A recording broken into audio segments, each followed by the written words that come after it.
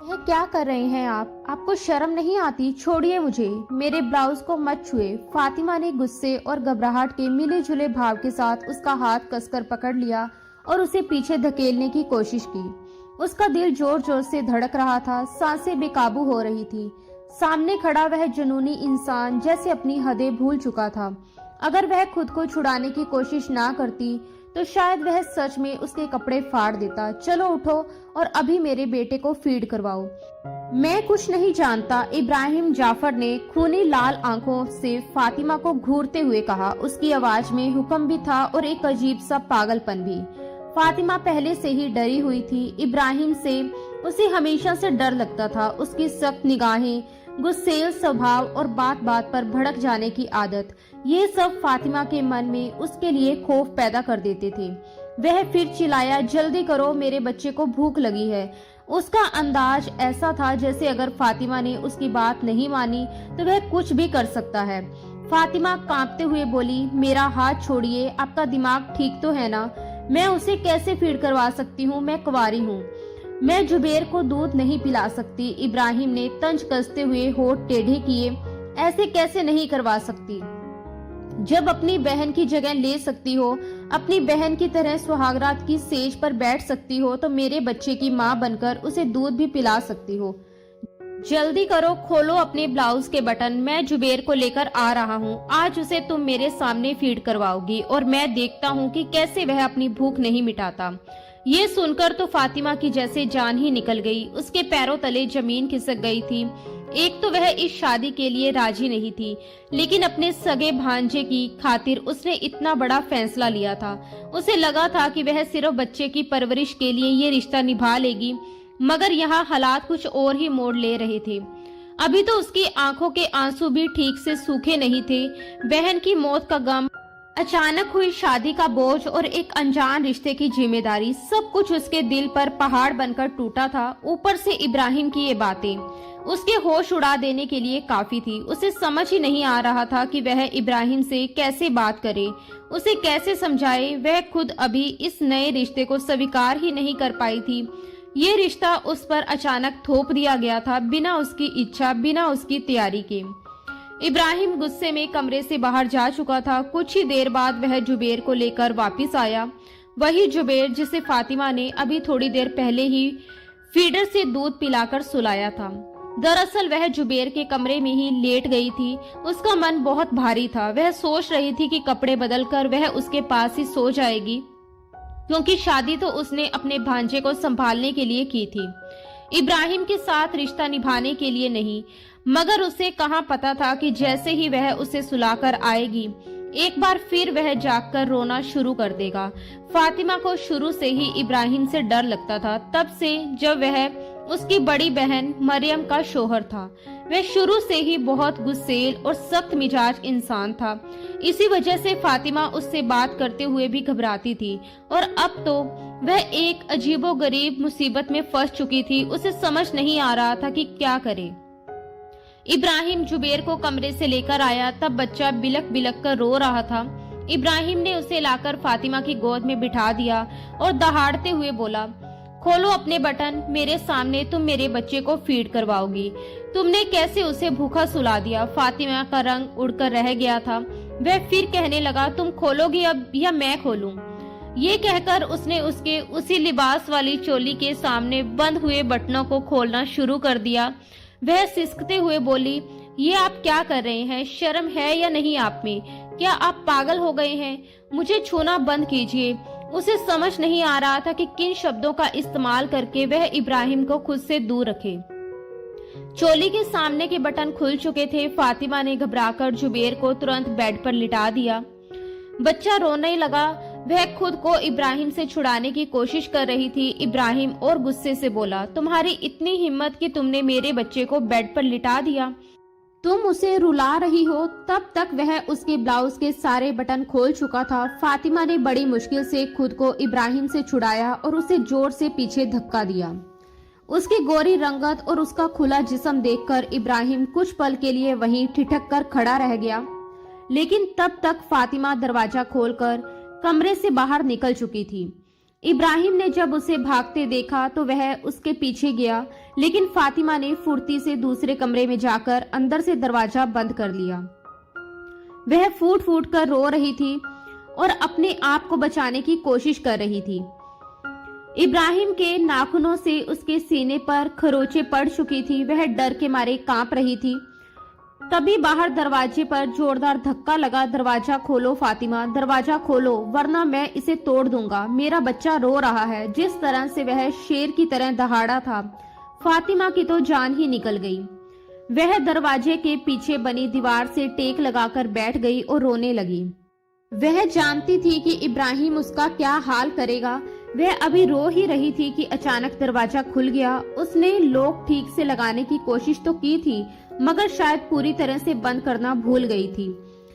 इस body builder के सामने ये दरवाजा भला क्या ही मायने रखता था। इब्राहिम बड़े गुस्से से अंदर दाखिल हुआ। फातिमा ने अपने दोनों हाथों से खुद को ढकने की कोशिश की। क्या छुपाने की कोशिश कर रही हो तुम शायद मेरे गुस्से से वाकिफ नहीं हो। मैं तुम्हें छोड़ूंगा नहीं, इब्राहिम ने उसकी तरफ बढ़ते हुए कहा। फातिमा डरकर बोली, मुझे शर्म आती है। इब्राहिम उसके पास आकर बोला, आज मैं तुम्हारी सारी शर्म उतार कर रख दूंगा। वह उसे हाथ से पकड़कर दोबारा अपने कमरे में ले आया और बिस्तर पर जोर से पटक दिया। उसने जुबेर को उसकी गोद में लिटा दिया और फिर से कहा, दूध पिलाओ इसे। जब फिर भी फातिमा टस से मस ना हुई तो उसने दोनों हाथों से उसके हाथों को ऊपर की तरफ पिन कर दिया और खुद जुबेर को फातिमा की धड़कनों के करीब कर दिया। फातिमा की बहन मरियम की शादी इब्राहिम से हुई थी और ये शादी इब्राहिम की पसंद की थी। उसने मरियम को किसी शादी के फंक्शन में देखा था और उसे देखकर ही उसका दीवाना हो गया था, लेकिन उसकी मोहब्बत में जुनून का अंश बहुत ज्यादा था। पहली बात तो ये थी कि वह मरियम को मायके आने ही नहीं देता था। अगर कभी वो मायके आ भी जाती तो वह रात को उसे लेने आ जाता, कहता कि रात तुम्हारे बगैर कटती नहीं। फातिमा मुंह बनाकर अपनी बहन से कहती थी, अच्छा ऐसा भी क्या करते हैं आप दोनों रात को जो आपके बगैर उनकी रात नहीं कटती। मासूम शरारत से वह ऐसी बातें बोल जाया करती थी। तब मरियम मुस्कुराकर उसके सर पर प्यार से चपत मारकर कहती, तू अभी छोटी है और छोटी ही रहे। कुछ सालों बाद जब तेरी शादी हो जाएगी ना, फिर देखना तेरा शोहर भी तुझे मायके में कदम रखने नहीं देगा। मरियम आसपास के हालात देखकर एक गहरी सांस लेती थी। उसे डर था कि कहीं एक दिन इब्राहिम की ये मोहब्बत बदल ना जाए। मगर फातिमा फौरन अपनी बहन की बाहों में बाहें डालकर कहने लगती, अरे अरे, जिस कदर आपका शोहर आपसे प्यार करता है ना, मैं तो कहती हूँ कि 7 जन्मों तक वह सिर्फ आपसे ही मोहब्बत करेंगे। भला आप जैसी प्यारी सी वाइफ के अलावा उनके जहन में कोई और भी आ सकती है क्या? आपको वह नजरअंदाज करने का तो सोच भी नहीं सकते। वह अपनी बहन के गाल पर हाथ फेरकर प्यार से बोली थी। तभी फातिमा की नजर अनायास मरियम की गर्दन पर गई, जहां निशान अभी भी मौजूद थे। अगले ही पल वह शरारत से कहने लगी, ओहो देखिए, भले ही मैं छोटी हूँ, लेकिन ये जिस तरह के निशान आपकी गर्दन पर पड़े हुए हैं ना, उन्हें देखकर यही लगता है कि ये खड़ूस और हर वक्त गुस्से में रहने वाले हमारे इब्राहिम जीजू बहुत ही रोमांटिक हैं। ये कहकर वह भागी थी और मरियम तो बस शर्म के मारे अपनी गर्दन छुपाती रह गई। तब भी फातिमा मरियम को देखती तो यही शिकायत करती कि वह अपने मायके में रहने नहीं आती। मरियम उसे समझाती, मैं क्या करूं, इब्राहिम गुस्से के बहुत तेज हैं। कहते हैं मुझे तुम्हारा मायके में रहना पसंद नहीं। शादी के बाद तो बस शोहर की मर्जी चलती है, लड़की की अपनी मर्जी थोड़ी चलती है। वह फातिमा को बहुत प्यार से समझा रही थी। मरियम और फातिमा बस 2 ही बहनें थी। फातिमा मरियम से 6-7 साल छोटी थी। एक बार फातिमा जिद करने लगी, आप आज रात यहीं रुक जाओ, मैं इब्राहिम जीजू से बात कर लेती हूँ। मरियम कहने लगी, तुम्हें पता है ना वो गुस्से के कितने तेज हैं। जब उन्हें यहाँ आना होता है तो मेरे तो हाथ पांव फूल जाते हैं कि कहीं उनके खाने में या खिदमत में कोई कमी ना रह जाए। तुम जानती हो ना, मैं अम्मी के साथ मिलकर कितनी चीजें तैयार करती हूँ। ऐसा ना हो कि तुम उनसे बात करो और उन्हें गुस्सा आ जाए। उनका गुस्सा तो बस नाक पर होता है। फातिमा का दिल बुझकर रह गया था। वह अपनी बहन के साथ बहुत ज्यादा जुड़ी हुई थी, लेकिन शादी के बाद तो जैसे उसकी बहन उसे मिल ही नहीं पाती थी। वह महीने भर बाद आती थी और पूरा दिन बातों में ही गुजर जाता था। रात को उसका जीजा आता और उसकी बहन को अपने साथ ले जाता। एक बार मरियम का फोन आया और उसने अपनी अम्मी शबाना बेगम को ये खुशखबरी सुनाई कि वह उम्मीद से हैं। ये सुनकर शबाना बेगम बहुत खुश हुई। मरियम कहने लगी, अम्मी, यूं तो घर में हर काम के लिए नौकरानी है, लेकिन रात को रुकने के लिए कोई भी तैयार नहीं हो रही। आप फातिमा से कहें कि अब तो वैसे भी उसके कॉलेज की छुट्टियां हैं, कुछ दिन मेरे पास आकर रह ले। फातिमा अपनी बहन के घर रहने चली गई। एक बार उसकी अलमारी सेट करते हुए वह मरियम के कपड़े देखकर कहने लगी, दीदी, आपके रिसेप्शन का जोड़ा तो बहुत अच्छा है। मरियम ने कहा, हाँ, अगर तुम्हें पसंद है तो पहन लो। फातिमा ने खुशी से पूछा, सच्ची मैं पहन लूं? आपको कोई एतराज तो नहीं होगा? मरियम ने मुस्कुराकर कहा कि नहीं, मुझे भला क्यों एतराज होगा। फातिमा ने अपनी बहन मरियम का एक बहुत ही खूबसूरत कढ़ाई वाला जोड़ा पहन लिया। मरियम कहने लगी, फातिमा, तुम्हारे जीजू आने वाले हैं, ऐसा करो ताजी रोटियां बना दो। उन्हें गरम गरम रोटी ही पसंद है। मुझे तो डॉक्टर ने बेड रेस्ट बताकर मेरी जान आफत में डाल दी है, वरना ये छोटे मोटे काम मैं खुद कर लेती थी। फातिमा ने कहा कि कोई बात नहीं, मैं बना देती हूँ। वह रोटी बना रही थी और इब्राहिम खुद ही दरवाजा खोलकर घर के अंदर दाखिल हुआ। जैसे ही वह लॉन्च में आया, सामने ही किचन था। फातिमा की पीठ उसकी तरफ थी। कपड़े उसने मरियम के पहन रखे थे। इसी वजह से धीरे धीरे चलता हुआ इब्राहिम किचन में आ गया और पीछे से ही फातिमा को अपने घेरे में लेकर उसकी गर्दन पर हल्का सा दांत काट लिया।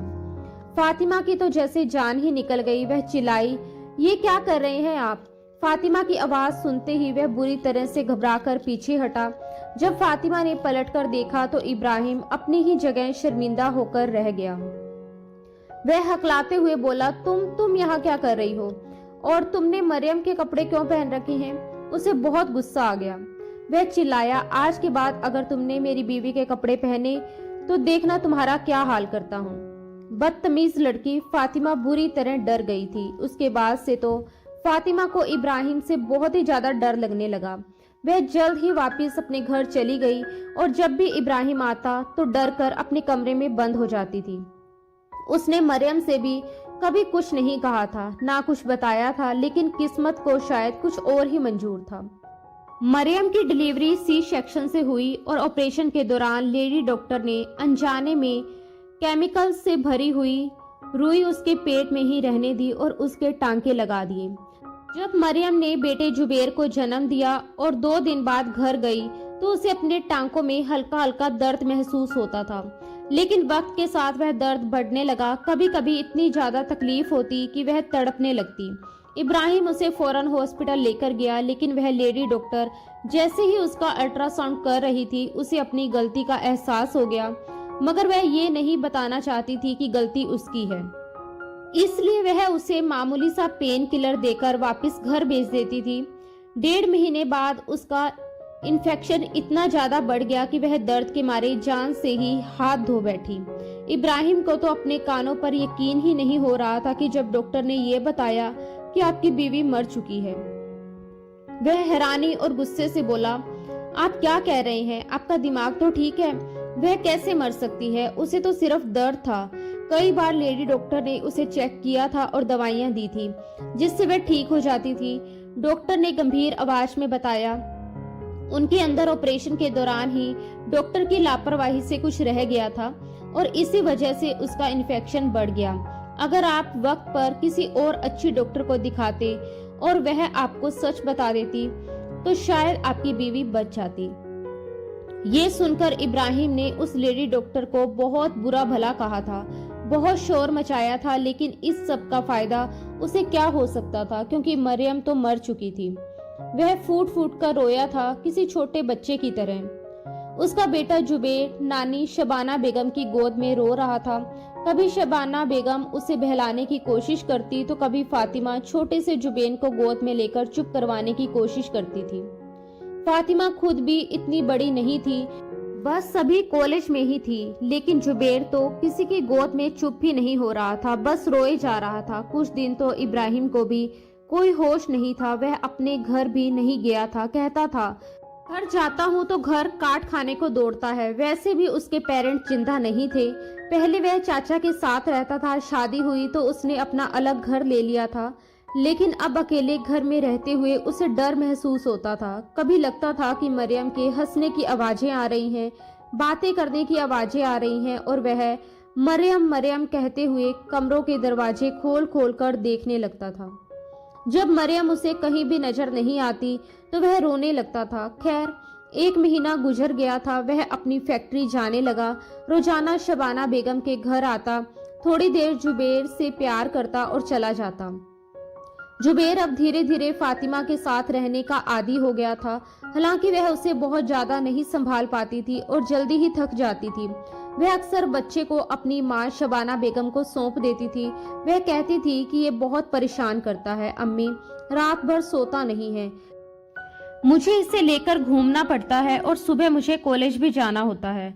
ज्यादातर जुबेर को शबाना बेगम ही संभालती थी, लेकिन वह भी अब बूढ़ी हो चली थी, बहुत जल्दी थक जाती थी। एक दिन उन्होंने इब्राहिम से बात करने का फैसला किया। इब्राहिम उस वक्त जुबेर को गोद में बिठाकर प्यार कर रहा था।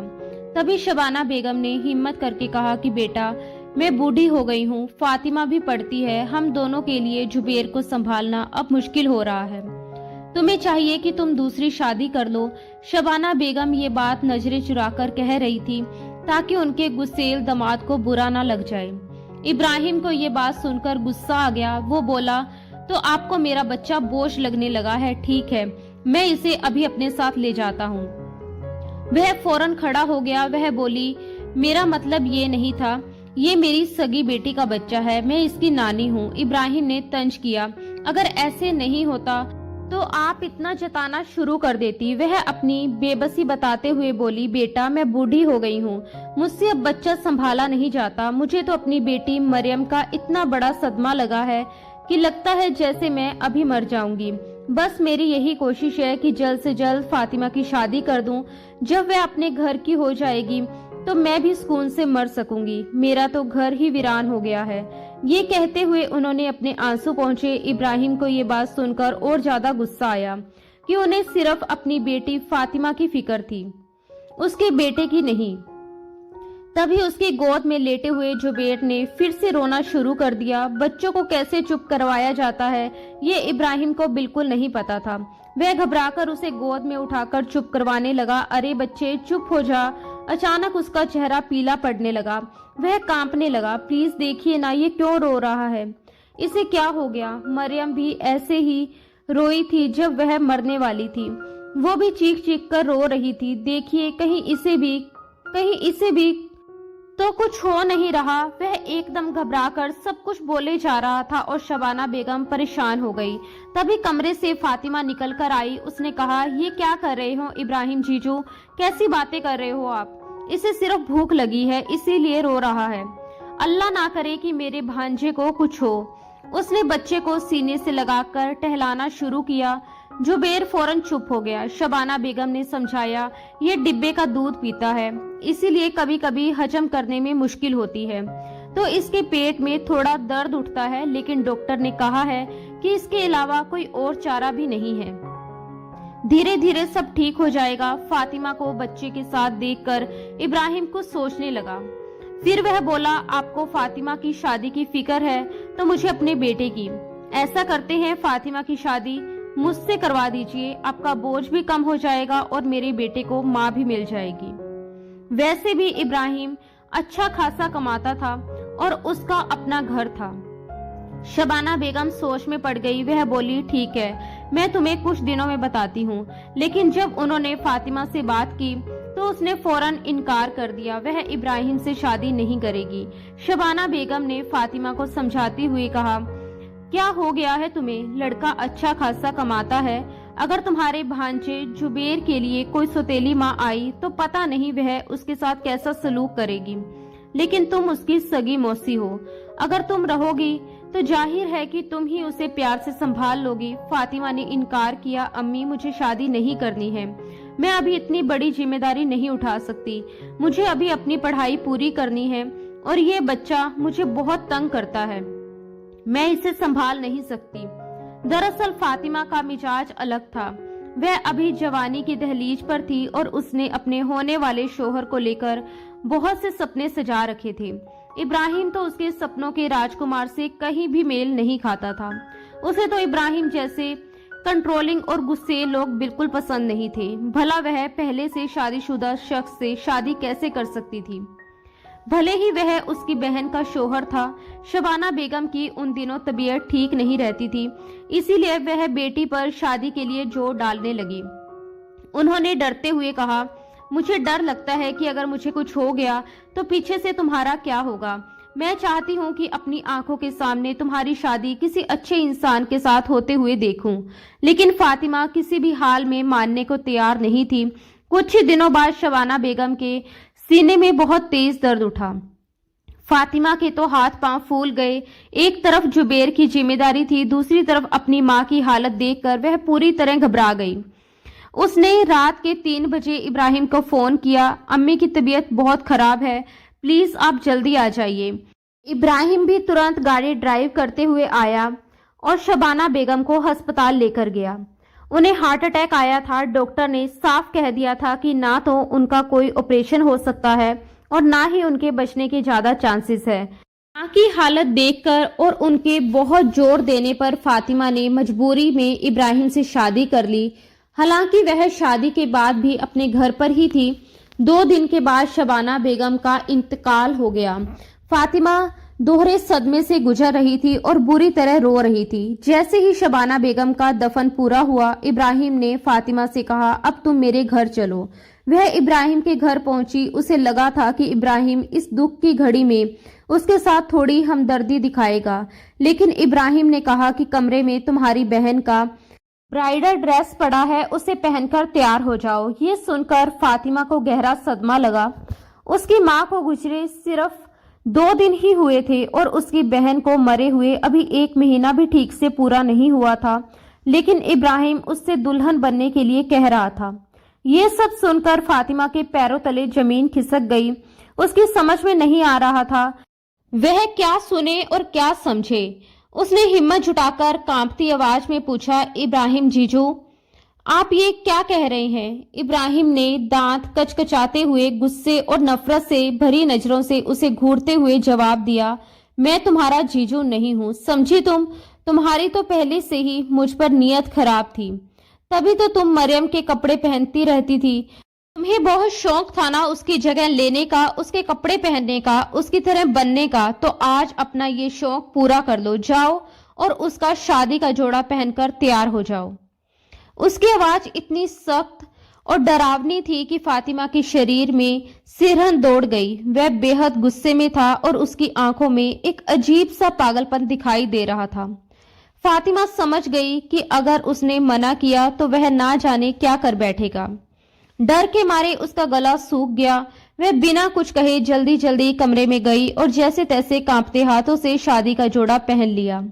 उसके हाथ कांप रहे थे, आंखों से आंसू लगातार बह रहे थे। वह ठीक से तैयार भी नहीं हो पा रही थी, बस हल्का सा टचअप कर पाई, क्योंकि हालत ऐसी थी कि खुद को आईने में देखने की भी हिम्मत नहीं हो रही थी। वह दुल्हन बनकर जैसे ही बैठी तभी जुबेर के रोने की आवाज आने लगी। बच्चे की आवाज सुनते ही उसका दिल ममता से भर आया। वह तुरंत कमरे से बाहर निकल गई। उसने इधर उधर देखा, लेकिन इब्राहिम कहीं दिखाई नहीं दिया। वह जल्दी से किचन में गई, बच्चे के लिए फीडर तैयार किया और फिर जुबेर के कमरे में जाकर उसे दूध पिलाया। बच्चा धीरे धीरे शांत होकर सो गया तो फातिमा भी उसके पास ही लेट गई। उसके मन में हजारों उलझनें चल रही थी। वह सोच रही थी कि कपड़े बदलकर यही बच्चे के साथ सो जाएगी, क्योंकि उसने ये शादी सिर्फ अपने भांजे को संभालने के लिए की थी, इब्राहिम के साथ कोई रिश्ता निभाने के लिए नहीं। तभी रात के किसी समय अचानक किसी ने उसका बाजू पकड़कर जोर से झिंझोड़ा। वह घबराकर उठी तो देखा इब्राहिम खड़ा था। उसने बिना कुछ कहे उसे जबरदस्ती अपने कमरे की तरफ घसीटना शुरू कर दिया। फातिमा डर के मारे विरोध भी ठीक से नहीं कर पा रही थी। कमरे में ले जाकर इब्राहिम ने उसे झंझोड़ते हुए ऊंची आवाज में पूछा, मुझे सच बताओ, कहीं तुमने ही तो मेरी बीवी को नहीं मारा? मैं उससे बहुत प्यार करता था, समझी तुम? तुम्हें शायद हमारी मोहब्बत से जलन थी। फिर वह पागलों की तरह बोलता गया, मैंने तुम्हें अपनी बहन से कहते हुए सुना था दीदी, दुआ कीजिए कि मेरा शोहर भी इब्राहिम जैसा हो। बताओ, तुम मुझे देखकर ललचाती थी ना। फातिमा ये सुनकर सुन रह गई। उसने तो वह बात मरियम से बिल्कुल सामान्य तरीके से कही थी, क्योंकि वह देखती थी कि इब्राहिम उसकी बहन की कितनी केयर करता है। उसे अच्छा लगता था कि उसकी बहन खुश है, इसलिए उसने बस यूं ही कह दिया था कि उसका शोहर भी ऐसा ही हो। उसे क्या पता था कि किस्मत ऐसा मोड़ ले देगी कि वही इंसान उसका शोहर बन जाएगा और उसी बात को लेकर वह उस पर शक करेगा। इब्राहिम ने फिर कहा, मेरी बीवी बनने का बहुत शौक है ना तुम्हें, तो अब मेरी बीवी बनने के साथ साथ तुम मेरे बेटे की माँ भी बनोगी, बिल्कुल वैसे ही जैसे मरियम बनी थी। ये कहते हुए उसने फातिमा को बुरी तरह झंझोड़ा और चिल्लाकर कहा, तुम उसे अपनी फीड करवाओगी और वो भी मेरे सामने करवाओगी। ये सुनकर तो फातिमा का दिमाग जैसे सुन पड़ गया। उसे लगा वह गलत सुन रही है। उसने घबराकर कहा, मैं कुंवारी हूँ, मैं जुबेर को कैसे फीड करवा सकती हूँ? आप कैसी बातें कर रहे हो? प्लीज मुझसे इस तरह की बातें मत कीजिए, मुझे बहुत बुरा लगता है। इब्राहिम ने गुस्से से उसकी तरफ झुकते हुए कहा, क्यों ना करूं?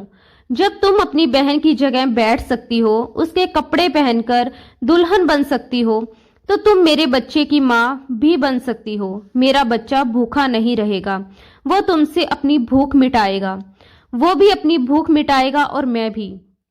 ये कहते हुए वह उसके ब्लाउज के बटन खोलने लगा, लेकिन तभी फातिमा ने किसी तरह खुद को छुड़ाया और तेजी से भागी।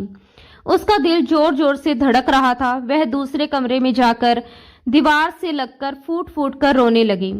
उसे समझ नहीं आ रहा था कि वह किस मुसीबत में फंस गई है। लेकिन इब्राहिम ने दरवाजे का लॉक शायद चाबी से खोल दिया था। जैसे ही वह कमरे में आया, फातिमा के होश उड़ गए। इब्राहिम ने कहा, आज मैं तुम्हारी सारी शर्म खत्म कर दूंगा। ये कहते हुए उसने उसे बाजू से पकड़कर जबरदस्ती अपने कमरे में ले गया। उसने उसे बेड पर धक्का देकर लिटा दिया। जुबेर अभी भी रो रहा था। इब्राहिम ने सख्ती से कहा, खुद इसे फीड करवाओगी या मैं करवाऊं? वो बेचारी बुरी तरह कांप रही थी। डर के मारे उसने जल्दी से जुबेर को अपने सीने से लगा लिया, लेकिन वह बहुत ज्यादा शर्म महसूस कर रही थी। उसने बेड पर रखा कंबल अपने ऊपर डाल लिया ताकि खुद को ढक सके, लेकिन जैसे ही जुबेर फीड करने लगा वह बुरी तरह घबरा गई। वह बेहद अजीब और डरावनी स्थिति से गुजर रही थी। उसके अंदर डर, शर्म और बेबसी सब एक साथ उमड़ रहे थे, लेकिन उसके मुंह से एक शब्द भी नहीं निकल रहा था। उसने अपनी आंखें कसकर बंद कर ली और आंसू लगातार बहते रहे। तभी उसने देखा कि इब्राहिम उठकर अलमारी के पास गया है।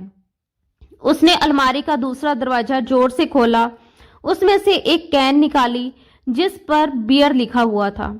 उसने कैन खोली और 2 ही घुट में उसे खाली करके जमीन पर पटक दिया।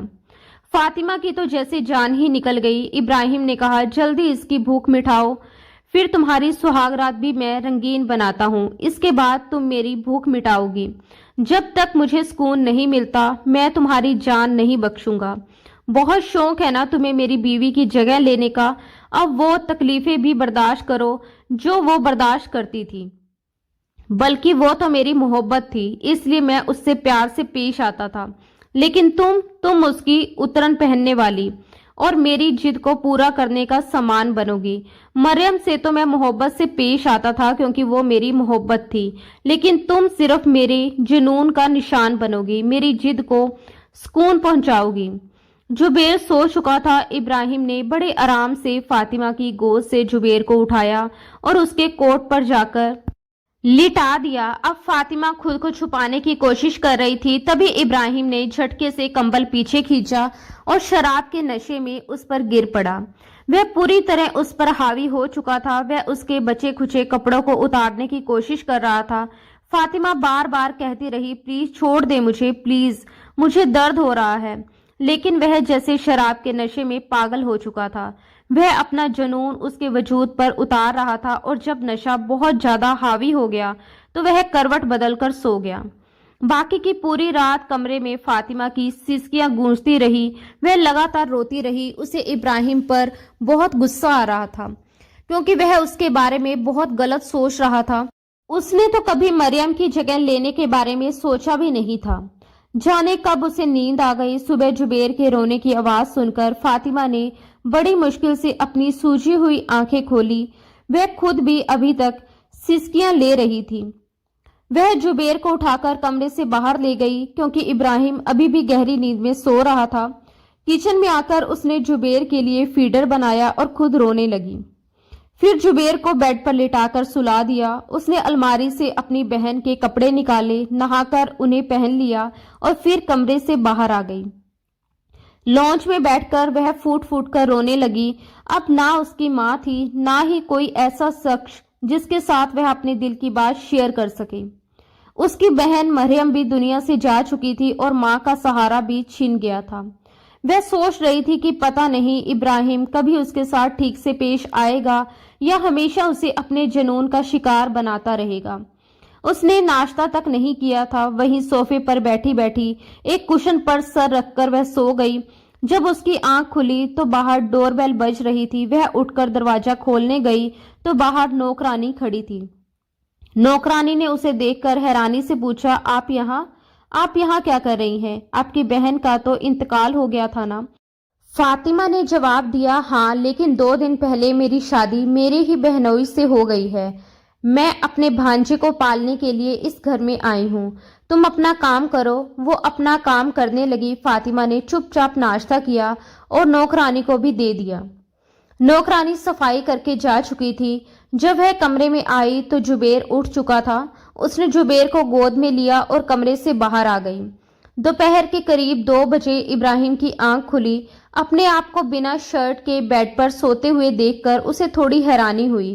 पिछली रात की घटना उसे ठीक से याद नहीं आ रही थी, लेकिन जब उसने बेड पर कांच की टूटी हुई चूड़ियां देखी तो उसे सब कुछ याद आ गया कि उसने शराब के नशे में फातिमा के साथ क्या किया था। उसे अपने आप पर बहुत अफसोस हुआ। रात को वह बेहद गुस्से में था। मरियम के इंतकाल के बाद उसे ऐसे ही दौरे पड़ते थे। वह चीजें उठाकर फेंकता था, लेकिन जैसे ही उसका जुनून खत्म होता वह बिल्कुल सामान्य हो जाता था। अभी भी वह सामान्य हो चुका था। कमरे से बाहर आया तो उसे देखकर फातिमा पूरी तरह से डर गई। जब वह उसके पास आकर सोफे पर बैठने लगा तो फातिमा कांप उठी और फौरन सोफे से खड़ी हो गई। इब्राहिम की आंखें अभी भी लाल थी, बिल्कुल वैसे ही जैसे रात को नशे में थी। फातिमा अंदर ही अंदर बिलख रही थी। वह पीछे हटकर सहमी हुई आवाज में कहने लगी, प्लीज मुझे कुछ मत कीजिएगा। मैंने आपसे कुछ नहीं कहा। मैंने आपकी बीवी की जगह नहीं ली। मैं सच कह रही हूँ, मैंने आप पर बुरी नजर भी नहीं रखी। रात को इब्राहिम ने जो जो इल्जाम उस पर लगाए थे वह सहमकर बिना उसके पूछे ही उन सब की सफाई दिए जा रही थी। इब्राहिम उसकी तरफ बढ़कर बोला, प्लीज डरो मत, मेरी बात तो सुनो। इब्राहिम को अपने किए पर बेहद शर्मिंदगी हो रही थी। उसने कहा, आई एम सॉरी, रात को जो कुछ हुआ मैं होश में नहीं था, मुझे माफ कर देना। उसका यह रवैया एकदम बदला हुआ था। फातिमा को समझ नहीं आ रहा था कि इस बार इब्राहिम से क्या कहना चाहिए। इब्राहिम उठकर कमरे में चला गया। नहा धोकर कपड़े बदलकर वह बिना नाश्ता किए अपनी फैक्ट्री चला गया। रात को जब वह वापस आया तो उसने जुबेर को गोद में ले लिया और उसे प्यार करने लगा।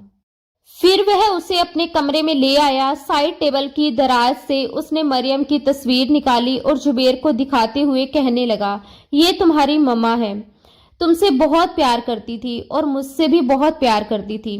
मैं भी तुम्हारी मम्मा से बहुत प्यार करता था, लेकिन देखो वो हम दोनों को छोड़कर चली गई। मरियम की बातें याद आते ही इब्राहिम की आंखों से आंसू बहने लगे। फातिमा डरते डरते कमरे में आई और कहने लगी, आप खाना खाएंगे क्या? मैं खाना गर्म कर दूं? वह उदासी से बोला, नहीं, मुझे भूख नहीं है, तुम खा लो। वह दरवाजा बंद करके चली गई। फातिमा ने चुपचाप खाना खाया और दूसरे कमरे में जाकर बैठ गई। वह अपनी उंगलियां चटकाने लगी क्योंकि उसे समझ नहीं आ रहा था कि उसे कहाँ लेटना चाहिए, कहाँ सोना चाहिए। कुछ ही देर बाद कमरे का दरवाजा खुला। इब्राहिम जुबेर को गोद में लिए कमरे में आया। फिर उसने चुपचाप फातिमा की गोद में जुबेर को डाल दिया और कहने लगा, तुम चाहो तो यहीं सो सकती हो। मैं कोशिश करूंगा कि दोबारा मेरी वजह से तुम्हें तकलीफ ना पहुंचे। ये कहकर वह जा चुका था। फातिमा ने राहत की सांस ली, लेकिन उसे नहीं पता था कि इब्राहिम पर यह जुनून कुछ दिन बाद फिर से सवार हो जाएगा। एक दिन इब्राहिम जब घर आया तो उसे लगा जैसे मरियम किचन में काम कर रही है। क्योंकि फातिमा के पास अपने कपड़े तो थे नहीं, इसलिए उसने मरियम का ही सूट पहन रखा था और जो जोड़ा उसने पहना था वह इब्राहिम ने बड़े प्यार से मरियम को लाकर दिया था। इसलिए वह बिना सोचे समझे किचन में आ गया और कहने लगा, मरियम तुम वापिस आ गई। वह उसी ट्रांस में जा चुका था, लेकिन जब पलटकर फातिमा ने उसकी तरफ देखा तो उसे जबरदस्त गुस्सा आने लगा। वह चिल्लाया, फिर से तुमने मेरी बीवी के कपड़े पहने? तुम होती कौन हो मेरी बीवी के कपड़े पहनने वाली? फातिमा उसकी लाल होती आंखों को देखकर डर गई। उसने जल्दी से रोटी हॉटपॉट में रखी और किचन से बाहर जाने लगी, लेकिन इब्राहिम ने उसका हाथ पकड़ लिया। उसने फातिमा के कपड़े 1 मिनट में फाड़कर रख दिए। गुस्से से चीखते हुए उसने पूछा, तुमने किससे पूछकर मेरी बीवी के कपड़े पहने? सामने शेल्फ पर बड़ी तेज धार वाली छुरी रखी थी जिससे फातिमा सलाद काटकर फ्री हुई थी, फिर रोटियां बना रही थी। वह छुरी अब इब्राहिम के हाथ में थी। उसने वह छुरी अपने हाथ में पकड़ी और फातिमा के गले के नीचे वाले हिस्से पर उसकी नोक रख दी। फातिमा कांपते हुए कहने लगी, या अल्लाह, ये आप क्या कर रहे हैं? मुझे चोट लग जाएगी। इब्राहिम ने गुस्से से कहा, तुम्हारी हिम्मत कैसे हुई मेरी बीवी के कपड़े पहनने की? तुम क्या चाहती हो? मैं तुम्हें उसकी जगह दे दूंगा? नहीं, मैं तुम्हें सिर्फ तकलीफ दूंगा। ये कहकर उसने फातिमा के दिल के पास छुरी से मरियम लिख दिया। जैसे ही वह दर्द से रोने बिलखने लगी, उसने दूसरे हाथ से उसका गला पकड़ लिया। वह जोर से बोला, अगर तुमने मुझे लिखने नहीं दिया तो मैं तुम्हारा गला घोटकर तुम्हें मार डालूंगा। उसके जुनून को देखकर यही लग रहा था कि वह सचमुच फातिमा को जान से मार देगा। छुरी की तेज नोक से उसके दिल के पास मरियम लिख चुका था, फिर अपने होठ उस नाम पर रख दिए। फातिमा रोई जा रही थी, लेकिन वह जुनून में आ चुका था। वह उसे गोद में उठाकर अपने कमरे में ले गया। जुबैर अपने झूले में बाहर लॉन्च में रो रहा था, लेकिन इब्राहिम को उसकी परवाह तक नहीं थी। वह इस वक्त फातिमा पर अपना जुनून उतार रहा था। उसके पूरे जिस्म पर कई जगह इब्राहिम के दांतों के निशान थे। वह दर्द से रो रही थी और गिड़गिड़ा रही थी, जुबैर रो रहा है, खुदा के लिए मुझे छोड़ दीजिए। लेकिन पता नहीं इब्राहिम को क्या हो गया था। उसे ना तो अपने बच्चे के रोने की परवाह थी और ना ही किसी और चीज की। वह बस अपने जुनून को शांत करने में लगा था, लेकिन जैसे ही उसका जुनून खत्म हुआ उसे होश आया। जुबैर रो रोकर बेहाल हो चुका था। फातिमा ने उसे खुद से पीछे किया। फातिमा भागती दौड़ती कमरे से बाहर गई। उसका पूरा वजूद दर्द से चूर था। उसे समझ नहीं आ रहा था कि उसके जिस्म के किस हिस्से में सबसे ज्यादा तकलीफ हो रही है। वह भागकर दूसरे कमरे में जाकर लोक लगाना चाहती थी, लेकिन जुबैर को रोता देखकर उसे उस मासूम पर रहम आ गया। जिस कदर इब्राहिम जनूनी हो चुका था, बच्चे को रोता देखकर ना जाने वह उसके साथ क्या करता। वह जुबैर की तरफ बढ़ी, उसे पकड़ा और अपने सीने से लगाया। वह रोए जा रहा था। उसे लेकर वह दूसरे कमरे में आ चुकी थी और दरवाजा बंद करके कुंडी लगा दी ताकि इब्राहिम अंदर ना आ सके। गोद में आते ही जुबैर चुप हो गया और भूखा ही सो गया। फातिमा वॉशरूम में गई और शावर खोल दिया। वह रोती रही और अपने वजूद से उस शख्स के लम्स को मिटाने की कोशिश करती रही। उसे तो खून से वैसे ही बहुत डर लगता था। जब उसने घर में नया नया खाना बनाना शुरू किया था तो अक्सर सब्जी काटते समय उसकी उंगली पर छुरी से छोटी सी खरोच लग जाती थी और वह पूरा घर सर पर उठा लेती थी। जरा सा दर्द भी उससे बर्दाश्त नहीं होता था और अब जो दर्द उसे मिला था, नहाते हुए उसने एक नजर अपने दिल के पास देखा तो वह और ज्यादा फूट फूट कर रोने लगी। जिस बहन मरियम को वह सबसे ज्यादा प्यार करती थी, उसका नाम उसके सीने पर लिखा हुआ था और अभी भी उसमें से खून रिस रहा था। इब्राहिम का डर उस पर बुरी तरह हावी हो चुका था, जो शायद उस पर रहम खाना ही नहीं चाहता था। जैसे ही वह कमरे में आई तो सोया हुआ जुबैर सिसकियां भर रहा था। वह जल्दी से उसके पास आई और उसके पास लेट गई। उसे दरवाजा खोलने से डर लग रहा था कि कहीं इब्राहिम अंदर ना आ जाए। जैसे ही उसने जुबैर को अपने सीने से लगाया, वह किसी मासूम बच्चे की तरह मुंह खोलकर मां के प्यार को खाने की तलाश करने लगा। यह बच्चों का स्वाभाविक व्यवहार होता है। शायद वह फातिमा को ही अपनी मां समझ चुका था। कुछ सोचते हुए फातिमा ने एक नजर जुबैर को देखा और फिर एक गहरी सांस ली। उसने अपनी कमीज ऊपर कर दी, वह ये करना तो नहीं चाहती थी, मगर जुबेर के खातिर उसने एक बार फिर उसे फीड करवाना शुरू कर दिया था, ये जानते हुए कि उसके वजूद में अभी किसी बच्चे के लिए दूध नहीं था। वह उसे फीड करने लगा। इस वक्त पहली बार उसने ये दुआ की कि काश सचमुच वह उसकी मां बन जाए और जुबेर की भूख मिटा सके। ये सोचते हुए भी उसकी आंखों से आंसू निकल आए थे। उसका पूरा वजूद दर्द से चूर था और कमरे में कोई पेन किलर भी मौजूद नहीं थी। जुबेर भी ऐसे ही सो चुका था और वो भी उसी हालत में आंखें बंद कर गई थी। वह कितने घंटे सोती रही उसे कुछ भी मालूम नहीं था। सुबह के 4:45 बजे तेज आवाज में रोने की आवाज आई। वह एकदम हड़बड़ाकर उठ गई। घड़ी में वक्त देखा तो 4:45 बज रहे थे। जुबेर भी सो रहा था। वह अपने कपड़े ठीक करके उठी तो आवाज इब्राहिम की थी, मगर वह क्यों फूट फूट कर रो रहा था। फातिमा का दिल चाहा कि वह दरवाजा खोलकर जाए और देखे कि क्या हो रहा है, मगर इस जुनूनी शख्स से उसे डर भी लग रहा था। इब्राहिम की हालत कुछ कुछ उसकी समझ में आ रही थी। शायद ये मरियम की मौत का सदमा था कि उसे यूं बार बार दौरे पड़ रहे थे। धीरे से दरवाजा खोलकर वह बाहर निकली। सामने लॉन्च में इब्राहिम जमीन पर बैठकर अपने बाल नोच नोच कर रो रहा था। यही कह रहा था, क्यों किया मैंने, मुझे क्या हो जाता है। गुस्से में उसने वही रखी छुरी उठा रखी थी और अपनी कलाई पर बिना किसी वजह के कट लगाए जा रहा था। खुद को तकलीफ दे रहा था। जब फातिमा ने यह देखा तो वह घबरा गई। अगर वह अपनी नस काट लेता तो कुछ भी हो सकता था। इस वक्त वह अकेली मासूम लड़की उसे कहां हॉस्पिटल लेकर जाती। वह डरते डरते बाहर निकली और बोली, आप क्या कर रहे हैं इब्राहिम, आपको चोट लग सकती है, प्लीज ऐसा मत कीजिए। वह डर के मारे दूर खड़ी होकर बोली थी, ताकि अगर वह दोबारा उसकी तरफ भागकर आए तो वह दरवाजा लॉक करके अंदर जा सके। मगर इब्राहिम उसे देखकर रोने लगा। उसने चाकू एक तरफ फेंक दिया। उसके दोनों हाथों पर जख्म के निशान थे। वो कहने लगा, पता नहीं मुझे क्या हो जाता है, मुझे अपनी हालत समझ में नहीं आ रही। पता नहीं क्यों मैं तुम्हारे साथ ऐसा करता हूँ। उस दिन तो मैं नशे में था, मगर आज तो नहीं। फिर मैंने ऐसा क्यों किया। मुझे लगता है जैसे मेरा दिमाग मेरे कंट्रोल में नहीं रहा। वह रोकर उसे ही सब कुछ कह रहा था। फातिमा चुपचाप उसकी बात सुन रही थी। वह आगे बढ़ी और चाकू को किचन में छुपाकर रख दिया। वह बोली, प्लीज उठिए और कमरे में जाइए। अगर आपको कुछ हो गया तो मेरा और जुबेर का क्या होगा। मेरी माँ मुझे आपके हवाले करके गई है। मुझे नहीं पता मेरी किस्मत में क्या लिखा है और मेरी मौत शायद आप ही के हाथों में लिखी हो, लेकिन मुझे अपनी बहन की आखिरी निशानी जुबेर की फिक्र है। पता नहीं मुझे कुछ हो गया तो जुबेर का क्या होगा। इब्राहिम उठकर खड़ा हुआ तो फातिमा सहम कर पीछे हटी। इस वक्त उसे इब्राहिम से बहुत ज्यादा डर लग रहा था। इब्राहिम के दोनों हाथ खून से भरे हुए थे। वह चलता हुआ उसके सामने आया और दोनों हाथ जोड़कर उससे माफी मांगने लगा। प्लीज मुझे माफ कर दो, मैं तुम्हें तकलीफ तो नहीं देना चाहता था। मैं तो मरियम के अलावा किसी और के करीब जाने का सोचना भी नहीं चाहता था, मगर पता नहीं मुझे क्या हो जाता है।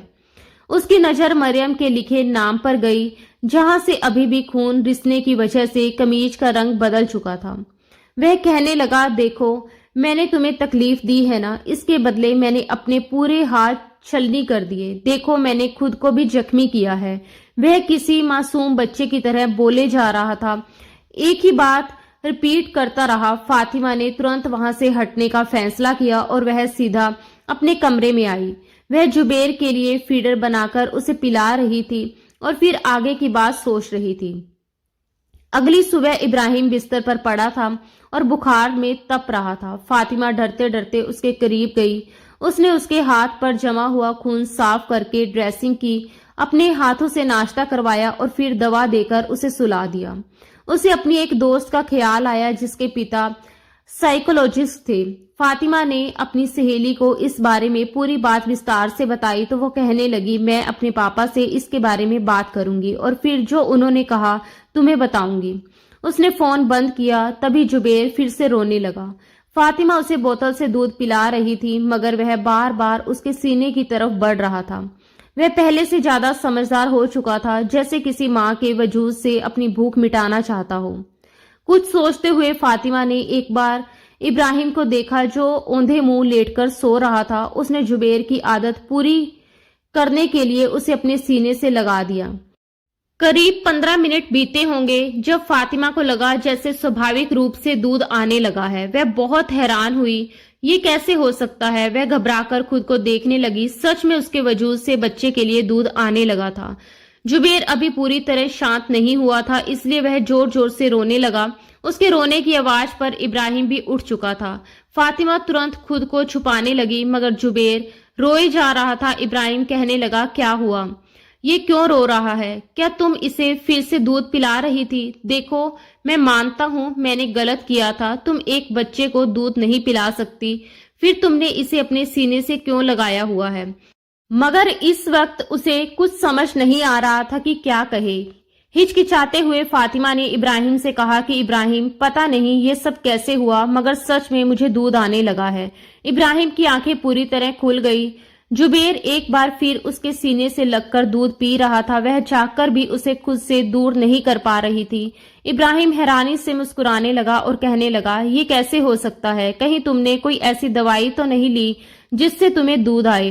वो कहने लगी कि नहीं, मैंने क्या दवाई लेनी है, मैं तो घर से बाहर भी नहीं जाती। कहीं ये दूध बच्चे के लिए खराब ना हो जाए, कहीं इसे कुछ हो गया तो। घबराकर उसने जबरदस्ती उसे खुद से अलग कर दिया। इब्राहिम उसी वक्त उसे डॉक्टर के पास लेकर गया। जितनी फातिमा घबराई हुई थी, डॉक्टर भी परेशान हो गई। फातिमा ने हिचकिचाते हुए बताया, मैं अभी तक मां नहीं बनी हूं, ये मेरी बहन का बच्चा है, फिर भी मुझे दूध आने लगा है। ये सुनकर डॉक्टर भी हैरान हुई और कहने लगे कि नहीं, पूरी बात बताइए। ऐसे तो किसी को दूध नहीं आता, कुछ तो जरूर हुआ है। वह सिर खुजाते हुए कहने लगी, मैं बस जुबेर की आदत पूरी करने के लिए इसे सीने से लगा देती थी। ये मुझे मां समझकर दूध पीता और सो जाता। ये अभी 3 महीने का हुआ है और मुझे दूध आने लगा। ये सुनकर डॉक्टर ने पहले तो उसके सभी टेस्ट किए और जब रिपोर्ट बिल्कुल ठीक आई तो मुस्कुराकर कहने लगी, फातिमा बेटा, चिंता करने की कोई जरूरत नहीं है, ये एक नेचुरल प्रोसेस है। जब बच्चे ने आपके वजूद से दूध लेने के लिए फोर्स किया तो आपके दिमाग ने अपने आप मैसेज भेजना शुरू कर दिया। आपके हार्मोन एक्टिवेट हो गए और आप बिल्कुल वैसे ही उसे दूध पिला सकती हैं जैसे कि एक मां अपने मासूम बच्चे को दूध पिलाती है। इब्राहिम इतना हैरान था कि उसे कुछ समझ में नहीं आ रहा था। वहीं दूसरी तरफ फातिमा की खुशी का कोई ठिकाना नहीं था। इब्राहिम भी खुश हो चुका था। इब्राहिम गाड़ी घर की तरफ मोड़ रहा था तो फातिमा हिचकिचाते हुए कहने लगी, इब्राहिम, आप प्लीज इस अस्पताल की तरफ गाड़ी मोड़ दीजिए। उस तरफ तो साइकोलॉजिस्ट का अस्पताल था। इब्राहिम कहने लगा, क्यों, वहां क्या करने जाना है? वो कहने लगी, प्लीज मेरी बात मान लीजिए। फातिमा ने तुरंत कहा कि आपको जुबेर की कसम, कोई सवाल मत कीजिए। जुबेर की कसम के आगे इब्राहिम चुप हो चुका था। ये उसकी दोस्त के पापा का ही हॉस्पिटल था जहां वह इब्राहिम को लेकर आई थी। इब्राहिम को तो कुछ समझ नहीं आ रहा था। जब उसकी डॉक्टर से मिलने की बारी आई तो फातिमा भी उसके साथ कमरे में गई।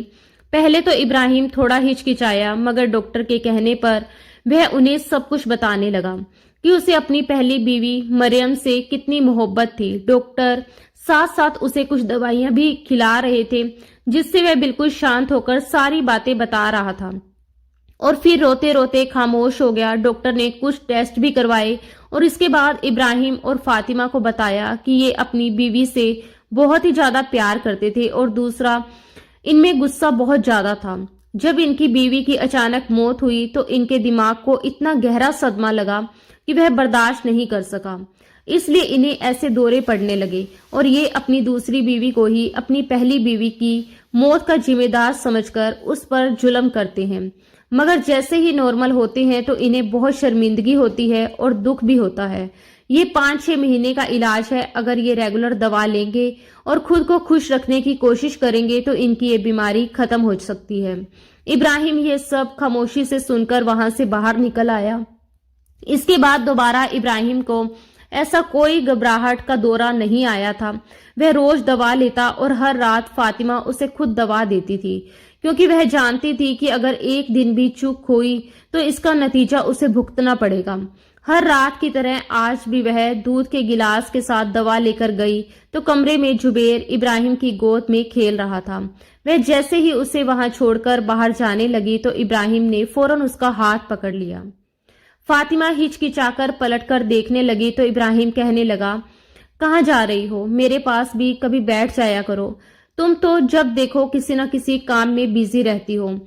वो कुछ झिझकती हुई इब्राहिम से थोड़ी दूर बैठ गई। जुबेर इस वक्त खेल रहा था। उसने नया नया बोलना शुरू किया था और वह हर वक्त माँ माँ करता रहता।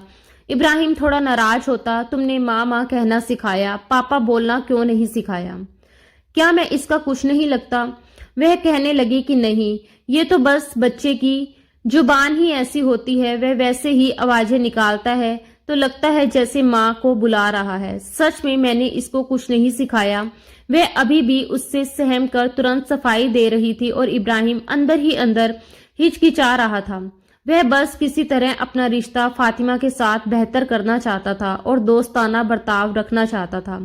वे कितनी ही देर बातें करते रहे। जब जुबेर को भूख महसूस हुई तो वह फातिमा की गोद की तरफ बढ़ने लगा। उसने एक तरफ इब्राहिम का हाथ पकड़ा हुआ था और दूसरी तरफ वह फातिमा की तरफ बढ़ रहा था।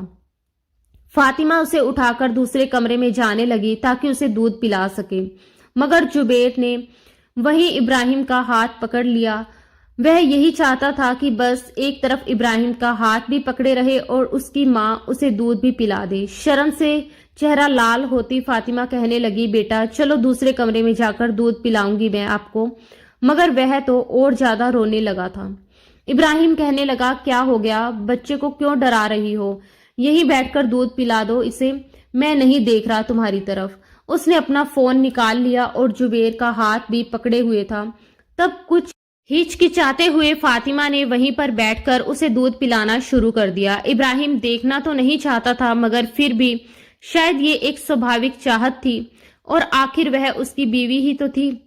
अनायास ही उसकी नजर बार बार फातिमा के वजूद की तरफ उठने लगी और वह उसे देखने लगा। उसके अंदर दबे हुए जज्बात एक बार फिर से उबाल मारने लगे थे। उसे दूध पिलाकर जब वह उठने लगी तो इब्राहिम ने तुरंत उसका हाथ पकड़ लिया और उसे अपने करीब खींच लिया।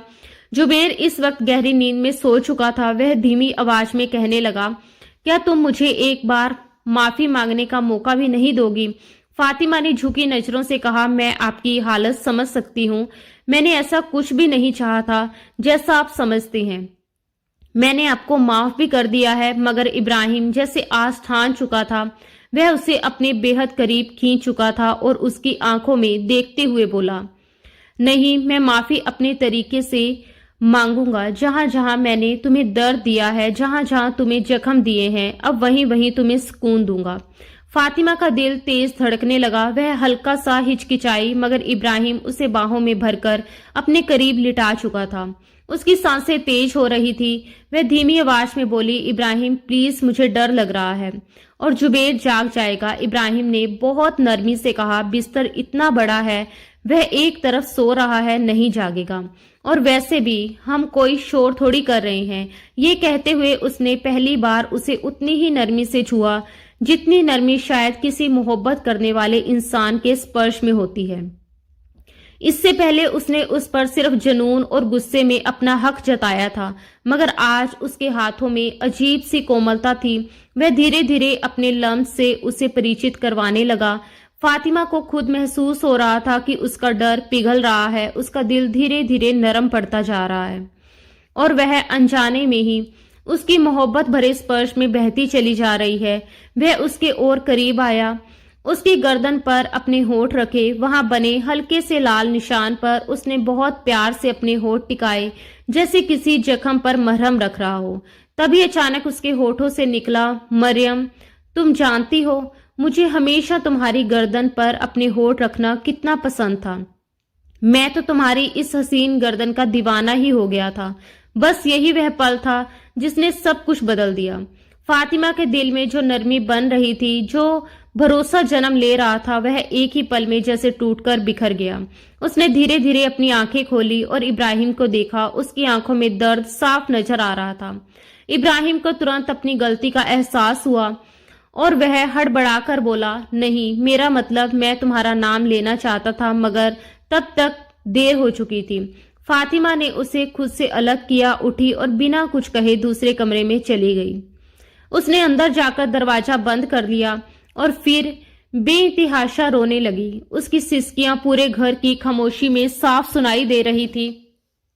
इब्राहिम भी शर्मिंदा था, आखिर वह एक लड़की थी, भले ही उसकी बहन ही क्यों ना रही हो, मगर इस तरह नजदीकी के पलों में किसी और का नाम लेना ये किसी भी औरत के दिल को तोड़ सकता था।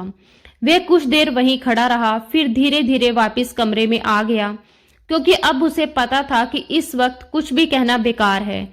कमरे की दीवारों पर हर तरफ मरियम और उसकी तस्वीरें लगी हुई थी। 1 वर्ष पहले वह उसे छोड़कर जा चुकी थी, मगर उसकी मौजूदगी अभी भी इस कमरे में सांस ले रही थी। वह वही तस्वीरें थी जिनके साथ वह रोज जीता था, रोता था, और शायद इसी वजह से वह अतीत से बाहर नहीं आ पा रहा था। उसे अचानक महसूस हुआ, जब तक ये तस्वीरें सामने रहेंगी वह कभी पूरी तरह नॉर्मल नहीं हो पाएगा और फातिमा को भी सुकून नहीं मिलेगा। उसने एक गहरी सांस ली और एक एक करके सारी तस्वीरें उतारने लगा। हर तस्वीर के साथ कोई याद जुड़ी थी, कोई हंसी, कोई पल, कोई वादा। उसका दिल भारी होता जा रहा था। उसे वो दिन याद आया जब बड़े प्यार से वह और मरियम मिलकर इस कमरे को सजा रहे थे, हंसते हुए तस्वीरें लगा रहे थे, भविष्य के सपने देख रहे थे। मगर आज वही तस्वीरें उसके हाथों में थी और वह उन्हें एक बैग में रख रहा था। जब आखिरी तस्वीर भी उतर गई, उसने बैग बंद किया, स्टोर रूम में जाकर उसे रखा और ताला लगा दिया। ताला लगाते वक्त उसकी आंखों में आंसू थे, जैसे वह सिर्फ तस्वीरें नहीं बल्कि अपनी जिंदगी का एक हिस्सा बंद कर रहा हो। वह भारी कदमों से वापस अपने कमरे में आ चुका था। अगले दिन जब जुबैर को लेने के लिए फातिमा कमरे में आई तो वहां पर एक भी तस्वीर मौजूद नहीं थी। उसने हैरानी से पूछा, मरियम दीदी की तस्वीरें कहाँ गई? इब्राहिम ने शांत स्वर में जवाब दिया, मैंने हटा दी। वो मुझे छोड़कर चली गई और जब तक उनकी तस्वीरें मेरे सामने रहती मैं कभी ठीक नहीं हो पाता, इसलिए मैंने उनकी तमाम यादों को एक बॉक्स में बंद करके रख दिया ताकि मैं इन सब से निकल सकूं। ये सुनकर फातिमा खामोश हो गई। अगले ही दिन फातिमा ने कमरे में जुबैर और इब्राहिम की बहुत सारी नई तस्वीरें लाकर कमरे को सजा दिया। साथ ही एक तस्वीर उसने इब्राहिम, मरियम और अपनी माँ की भी फ्रेम करवाकर लगाई, जिसमें वे सब एक साथ खड़े मुस्कुरा रहे थे।